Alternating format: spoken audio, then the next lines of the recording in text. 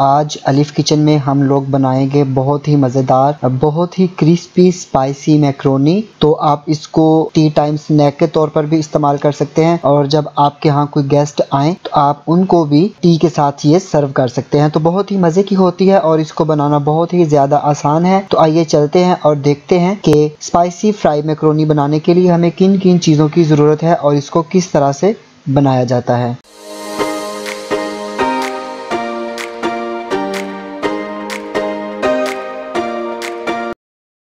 बिस्मिल्लाहिर्रहमानिर्रहीम। अस्सलाम वालेकुम।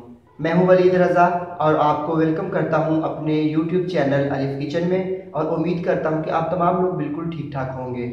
आइए चलते हैं और बिना कोई देर किए आज कुछ नया सीखते हैं। तो फ्राई मैक्रोनी बनाने के लिए यहाँ पे सबसे पहले हम लेंगे मैक्रोनी। ये मेरे पास 1 कप से थोड़ी सी ज़्यादा है और ये मेरे पास एल्बो मैक्रोनी है, स्मॉल वाली। आपके पास अगर कोई सी भी शेप है तो आप वो भी इस्तेमाल कर सकते हैं। चाट मसाला हस्बे ज़रूरत, नमक हस्बे ज़रूरत और लाल मिर्च का पाउडर हस्बे ज़रूरत। तो सबसे पहले हम मैक्रोनी को बॉईल करेंगे और बॉईल करने के लिए यहाँ पे हम लेंगे एक कढ़ाई या पैन और इसमें डाल देंगे पानी और पानी को हम गर्म होने देंगे। तो यहाँ पे पानी गर्म हो चुका है। जब हल्का गर्म पानी हो जाए तो उसमें डाल दीजिएगा आप मैक्रोनी और मैक्रोनी डालकर हम इसमें शामिल करेंगे 2 टेबलस्पून के जितना कुकिंग ऑयल और इसके साथ ही हम इसमें शामिल करेंगे 1 खाने का चम्मच नमक। तो यहाँ पे हम इसे मिक्स करेंगे और मिक्स करने के बाद कवर करेंगे और फिर हम इसे फुल बॉयल कर लेंगे। तो यहाँ पे मैक्रोनी बॉयल हो चुकी है। मैं आपको चेक भी करवा देता हूँ। ये देखें, आपने भी इसको इतना ही बॉयल करना है। अब हम इसे स्ट्रेन कर लेंगे और स्ट्रेन करने के बाद हम आपको मिलते हैं और बताते हैं कि इसके साथ हमने क्या किया था। तो यहाँ पे हमने बाउल में डाल दी है मैक्रोनी। इसको हमने स्ट्रेन कर लिया और स्ट्रेन करने के बाद इस पे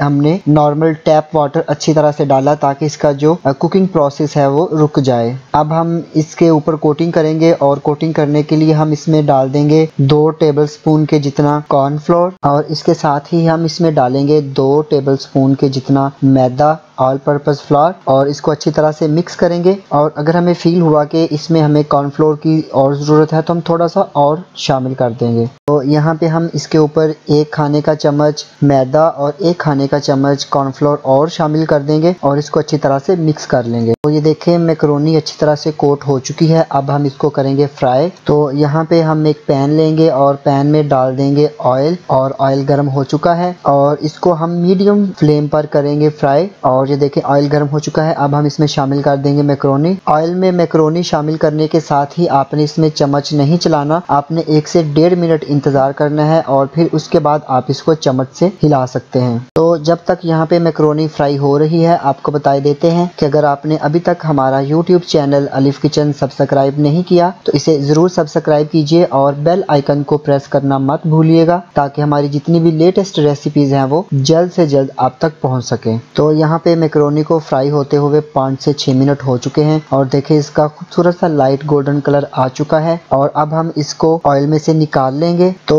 यहाँ पे हम दूसरे बैच को भी फ्राई कर लेते हैं और फिर दूसरा बैच जब फ्राई हो जाता है तो मिलते हैं फिर हम आपसे बाद में।